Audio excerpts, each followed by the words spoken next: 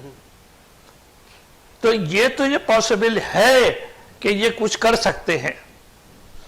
اور آپ کو پتا ہے نوسٹریڈیمس کی ایک کتاب ہے میرے پاس موجود ہے، اگر آپ کہیں گے تو میں لا کے دکھا دوں گا، وہ چیپٹر بھی دکھاؤں گا جس کے اندر اس نے لکھا ہے کہ 2 iron birds will impact over that building. وہاں پہ جو واقعہ ہوا پوری اس کی ڈیٹیل اس کے اندر دی ہے. چلیے یہ تو بالکل اس کی بالکل یہ تو ایک تاریخ اور یہ ساری چیزیں تو بالکل ہم، اگر میں آج کے پیرائے میں اگر میں اس کو دیکھتا ہوں، اس وقت جو کرنٹ صورتحال ہے افغانستان کی، اس میں جو میجر رول جو ڈیولپ ہوتے ہوئے نظر آ رہا ہے، جہاں طالبان یہ کہہ رہے ہیں کہ ہم جنرل ایمنسٹی کی بات کی ہے، خواتین کے حقوق کی بات کی ہے، انسانی حقوق کی علمداری کی بات کی ہے، اب کابل کے ایئرپورٹ کا بھی کنٹرول ان کے پاس ہے مکمل طور پر. اب کیا سمجھتے ہیں کہ اس وقت جو افغان جو عوام ہے جو کہ وہاں سے ایویکویشن بھی چاہتی ہے، جانا بھی چاہتی ہے، نکلنا بھی چاہتی ہے، اس کے لیے کیا آپ صورتحال ڈیولپ ہوتی ہوئی دیکھ رہے ہیں؟ کیا صورتحال ہاں بالکل بالکل. دیکھیے اس وقت صورتحال یہ ہے، یہ جو موجودہ طالبان ہیں اس میں کچھ سینئر ہے، ہیبت اللہ صاحب ہے، ملا برادران وغیرہ ہیں. جی جی یہ تو سینئر لیڈرشپ بہت سینئر ہے. جی جی حکمتیار ہیں اس کے اندر موجود ہیں. لیکن جو میجورٹی ہے طالبان کی، جس کی تعداد 60,000 پہ ڈیپینڈ کرتی ہے، 60,000 ان کے جنگجو ہیں، یہ ینگ ہے. یہ 20 سال پہلے پیدا ہوئے ہوں گے نا، آج 20 سال کے ہو گئے. ان میں ایک تبدیلی میں محسوس کر رہا ہوں. یہ ایکسٹریمسٹ نہیں ہے، یہ میسج تو وہ دے رہے ہیں، بار بار دے رہے ہیں. اب ڈیپینڈ یہ کرتا ہے کہ میں تو کہتا ہوں کہ طالبان کا حق ہے کہ حکومت کرے، یہ ان کا حق ہے، ان کا ملک ہے. ان کا ملک ہے نا، ان کا ملک ہے، بالکل ٹھیک ہے. اور یہ ان کی بہت بڑی کامیابی ہے کہ انہی نے 20 سال امریکہ جیسی سپر پاور کو رہنے کے باوجود ذلیل و خوار کر کے واپس بھیج دیا. امریکہ کو تو کچھ نہیں ملا، لاس ہی لاس ہے. امریکی وہاں پہ 300 کروڑ ڈالر پر ڈے خرچ کر رہے تھے، لیکن وہاں کچھ نہیں کیا. اب یہ لوگ جو ہیں ان کا بہت سخت امتحان ہے اس وقت. اس کا طالبان کا. جی جو یہ اپنی زبان سے اس وقت کہہ رہے ہیں اس پر عمل کریں. مجھے ایک خدشہ ہے بار بار، وہ یہ ہے قیادت سنجیدہ ہے، قیادت چاہتی ہے کہ ملک کے اندر اسلامی امارات قائم ہو جائے، ایک اسلامی اسٹیٹ بن جائے. یہ ایک اچھی بات ہے، پاکستان کے لیے بہت اچھی بات ہے. ملا عمر نے جب حکومت قائم کی تھی تو اس نے یقینی طور پہ وہاں پہ پیس پیدا کر دیا تھا، اور وہاں گڈ گورننس تھا اس کے زمانے میں. یہ تو آپ کو ماننا پڑے گا. جی جی ٹھیک ہے. وہ تو بلا وجہ اس لپیٹ میں آ گئے کہ بن لادن، یہ اسامہ بن لادن نے آ کے افغانستان میں قیام کر دیا. وہ جا رہے تھے سوڈان. ان کی پالیسی یہ تھی کسی غریب ملک میں چلے جائیں، حتیٰ کہ بنگلہ دیش کا بھی نام تھا. لیکن وہ چونکہ پہاڑی مزاج کے آدمی تھے تو انہیں نے اس کا سلیکشن کیا اور یہاں آ گئے اور یہاں وہ کامیاب ہو گئے. اب اس وقت صورتحال یہ ہے، پہلی چیز تو آپ یہ دیکھیے موجودہ صدر صاحب جو ہیں جو بائیڈن امریکہ کے، انہی نے فیصلہ تو بہت صحیح کیا کہ فوج بلا لی. یہ تو بالکل ٹرمپ کے جو آخری ٹائم سے انہوں نے یہ ڈیٹ دیا ہوا تھا اور اس کے اوپر وہ جسٹیفائی کرتے ہیں، وہ کہتے ہیں کہ 31 اگست کا ڈیٹ جو ہے وہ ٹرمپ نے دیا تھا. سو وی ہیڈ ٹو ایویکویٹ، ہمیں اپنا وہ پروسیس کمپلیٹ کرنا تھا اور ہم نے وہ سکسیسفلی کمپلیٹ کر دیا ہے. That's it. جو بائیڈن صاحب کے آنے سے پہلے ٹرمپ کے پیریڈ کے اندر 2020 کے اندر طالبان سے ایک معاہدہ ہو چکا تھا. بالکل ایسے ہی ہے. اسی معاہدے پر انہی نے کام کیا ہے. بس اس میں ایک چھوٹی سی ایک بات زیادہ ہو گئی.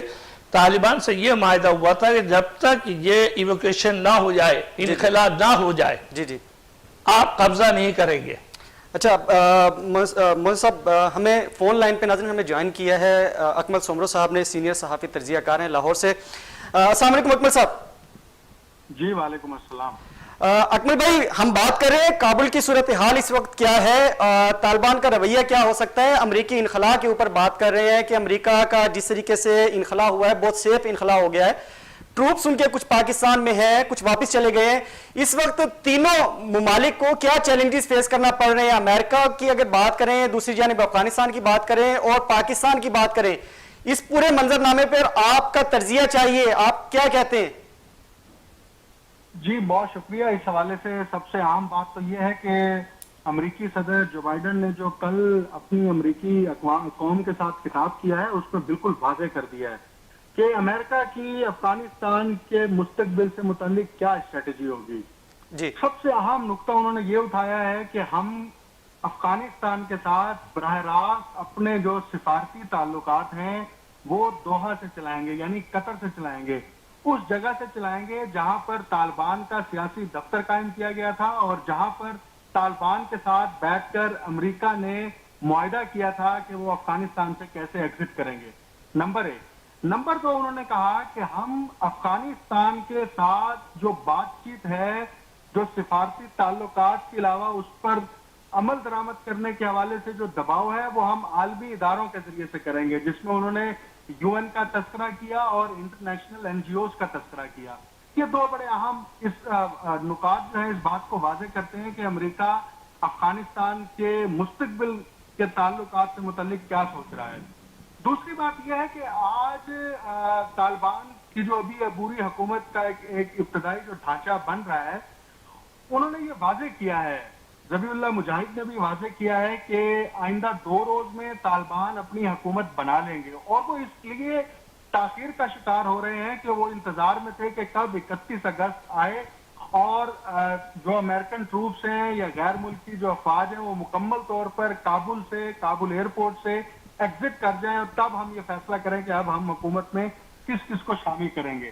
تو 2 روز میں وہ واضح ہو جائے گا، لیکن ابتدائی طور پر اس کا خاکہ بن گیا ہے کہ اس نیشنل گورنمنٹ کے اندر جس کا مطالبہ امریکہ کی جانب سے بھی کیا جاتا رہا اور دوسرے جو عالمی طاقتیں ہیں ان کی جانب سے بھی یہ مطالبہ کیا جاتا رہا کہ طالبان افغانستان میں نیشنل گورنمنٹ بنائے، تو اس کے اوپر وہ تیار ہیں. اور جو باقی پارٹیز ہیں، جو 3 بڑے اسٹیک ہولڈرز ہیں، ان کو وہ آن بورڈ لے چکے ہیں. ابھی وہ عبوری حکومت کا اعلان 2 روز میں کر دیں گے. جہاں تک بات ہے پاکستان کی، پاکستان ویٹ اینڈ سی کی پالیسی پر ہے. اور وہ ویٹ اینڈ سی کی پالیسی پر اس لیے ہے کہ جب تک عالمی طاقتوں کی جانب سے کوئی حتمی فیصلہ نہیں کیا جاتا، اور یہ حتمی فیصلہ اس وقت ہوگا جب افغانستان میں عبوری حکومت بن جائے گی یا نیشنل گورنمنٹ کا اعلان کر دیا جائے گا، اس کی بنیاد پر یہ اسیسمنٹ ہوگی کہ اب افغانستان کی پولیٹیکل صورتحال جو ہے وہ کس طرف بڑھ رہی ہے.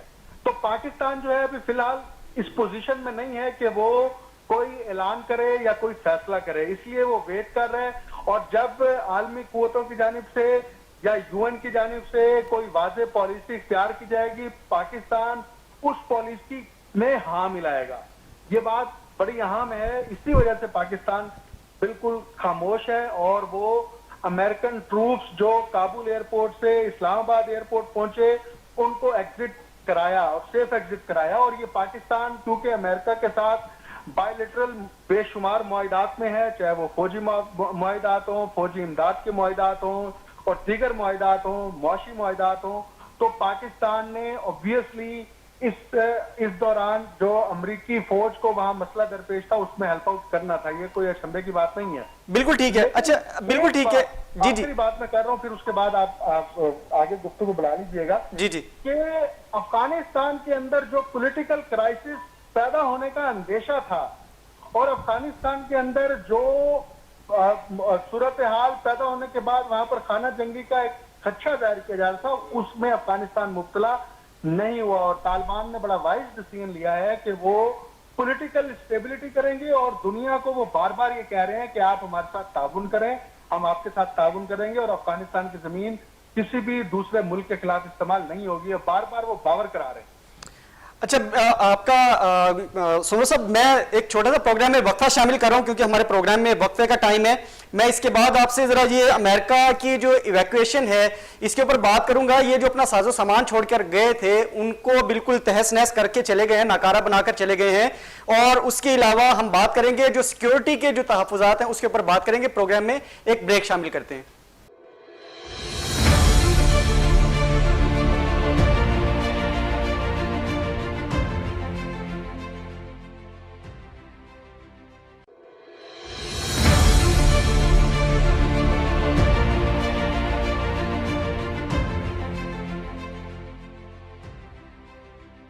پروگرام میں دوبارہ خوش آمدید. ہمارے ساتھ موجود ہیں اکمل سمرو صاحب، لاہور سے براہ راست ہمارے ساتھ موجود ہیں.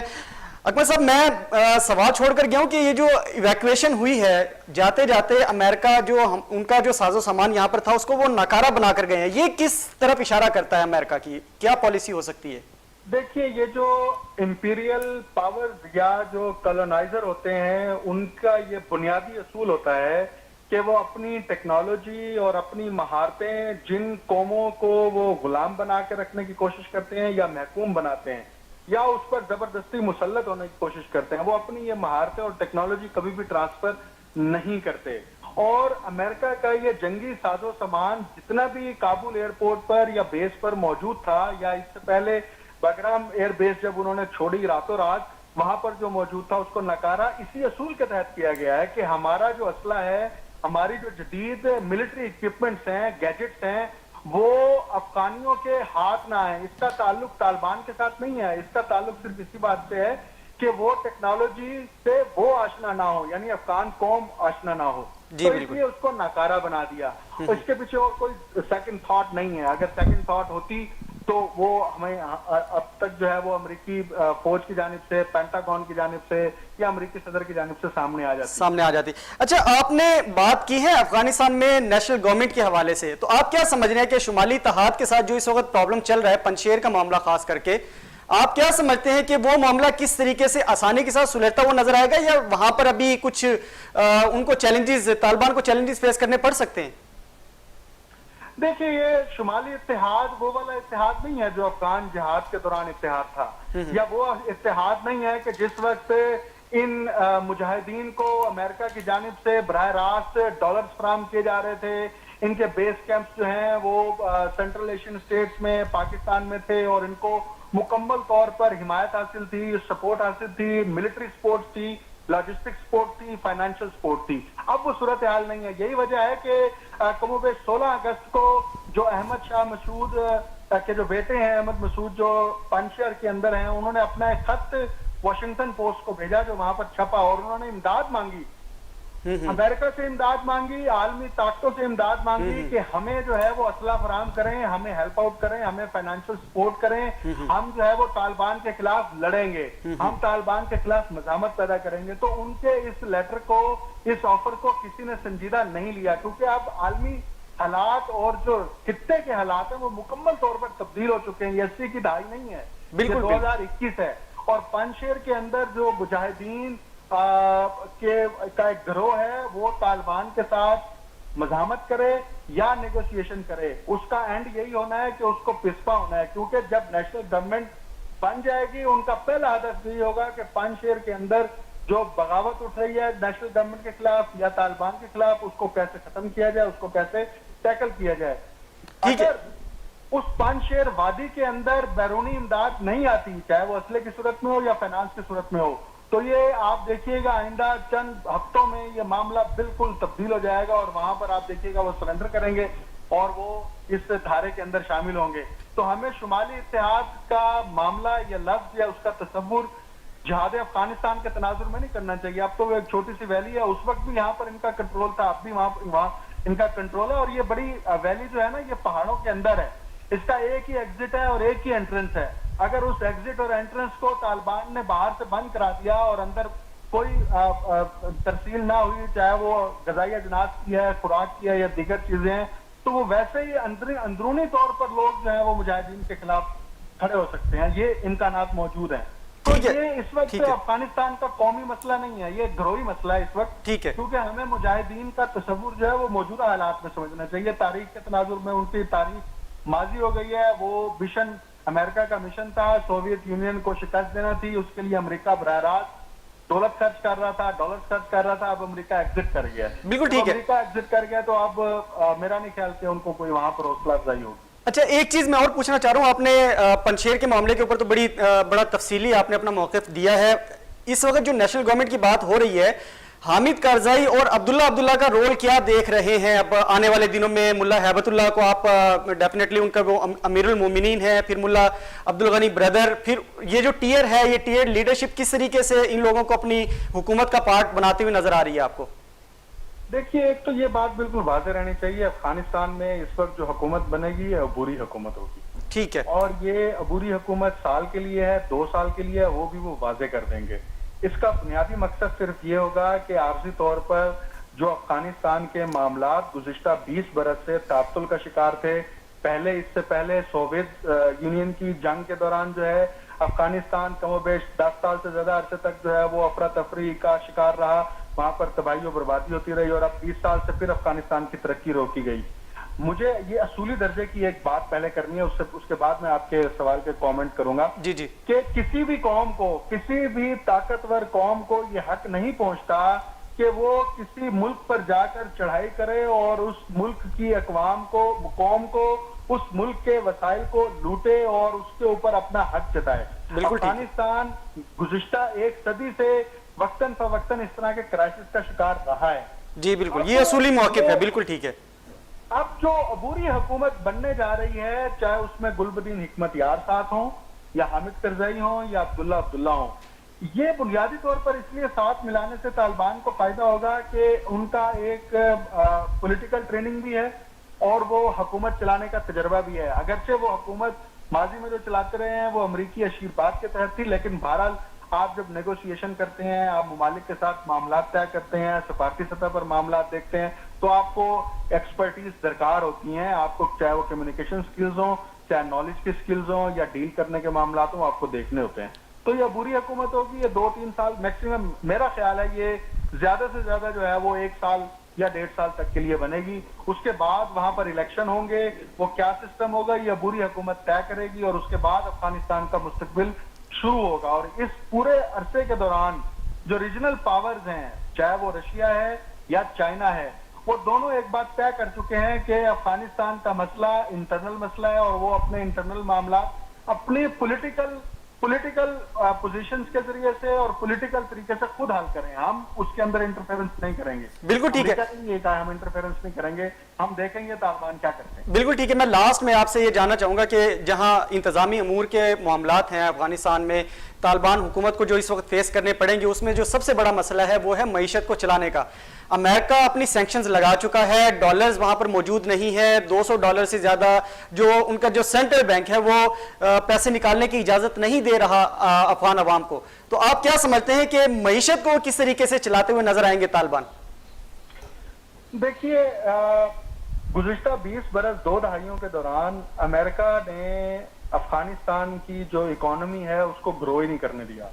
افغانستان کی اکانومی جو ہے وہ وار اکانومی تھی، وہاں پہ وار راٹس تھے یا وہاں پہ منشیات اور ڈرگز اور بلیک اکانومی تھی ساری کی ساری. جی جی. اور امریکہ نے اس کو اکنامکلی گروتھ نہیں ہونے دیا. نمبر 1. نمبر 2 بات یہ ہے کہ امریکہ خود سے بھی یہی چاہتا ہے کہ افغانستان معاشی طور پر اتنا کمزور ہو کہ وہ عالمی اداروں کی طرف دیکھے، چاہے وہ IMF ہے یا ورلڈ بینک ہے. جب ملک کی معیشت کو چلانے کے لیے آپ IMF اور ورلڈ بینک کی طرف رجوع کریں گے، ان سے گرانٹ ان ایڈ مانگیں گے، ان سے ہیلپ مانگیں گے، تو وہ پھر اپنے شرائط رکھیں گے. بالکل ٹھیک ہے، جب بالکل اپنے شرائط رکھیں گے تو آپ کی اکانومی ان کے کنٹرول میں چلی جائے گی. بالکل بالکل. ایک پہلو. دوسرا یہ ہے کہ افغانستان کی اپنی جو انٹرنل اکانومی ہے وہ ہے آپ کے نیچرل ریسورسز پر، جس کو آپ مائننگ انڈسٹری کہہ سکتے ہیں. جی بالکل. اس وقت امریکہ کی اور یورپ کی، حتیٰ کہ چائنا کی کم و بیش 100 سے زائد کمپنیز جو ہیں وہ افغانستان کی مائننگ انڈسٹری سے ریسورسز ایکسٹریکٹ کر رہی ہیں، مالی فائدے اٹھا رہی ہیں. بالکل. جو طالبان کے ساتھ دوحہ میں معاہدہ ہوا ہے، اس معاہدے کے ذیل میں یہ بھی طے ہوا تھا کہ ان کمپنیوں کے ساتھ جو پہلے افغان حکومت اپنے معاہدات کر چکی ہے، ان معاہدات کو نہیں توڑا جائے گا، ان کو ایکسٹینڈ کیا جائے گا اور اس پر من و عن جو ہے وہ عمل درآمد کرایا جائے گا۔ یہی وجہ ہے کہ کل کے روز جو ہے وہ بھارت نے ریاستی سطح پر، سرکاری سطح پر طالبان کے ساتھ بات چیت کرنے کو آگے بڑھایا ہے، کیونکہ بھارت کی کمپنیاں بھی وہاں پر کام کر رہی ہیں۔ جی بالکل بالکل۔ تو افغانستان کو اگر اکنامکلی اسٹرینتھن ہونا ہے تو اس کو دو چیزوں پر فوکس کرنا ہوگا۔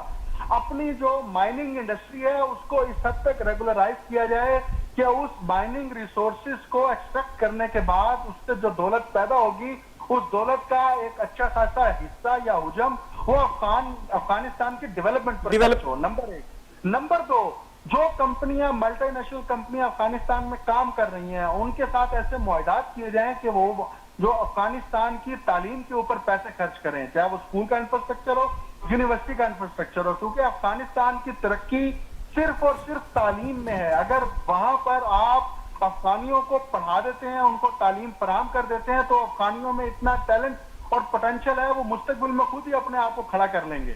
اگر ان کی معیشت ابھی اسی وقت سے IMF اور ورلڈ بینک نے جکڑ لی تو ان کا حال وہی ہوگا جو تیسری دنیا کے پسماندہ ممالک کا ہوتا ہے۔ بالکل صحیح، بجا فرما رہے ہیں، بالکل بجا فرما رہے ہیں۔ سمرو صاحب آپ کا بہت بہت شکریہ وقت دینے کا۔ ناظرین پروگرام میں ایک وقفہ شامل کرتے ہیں۔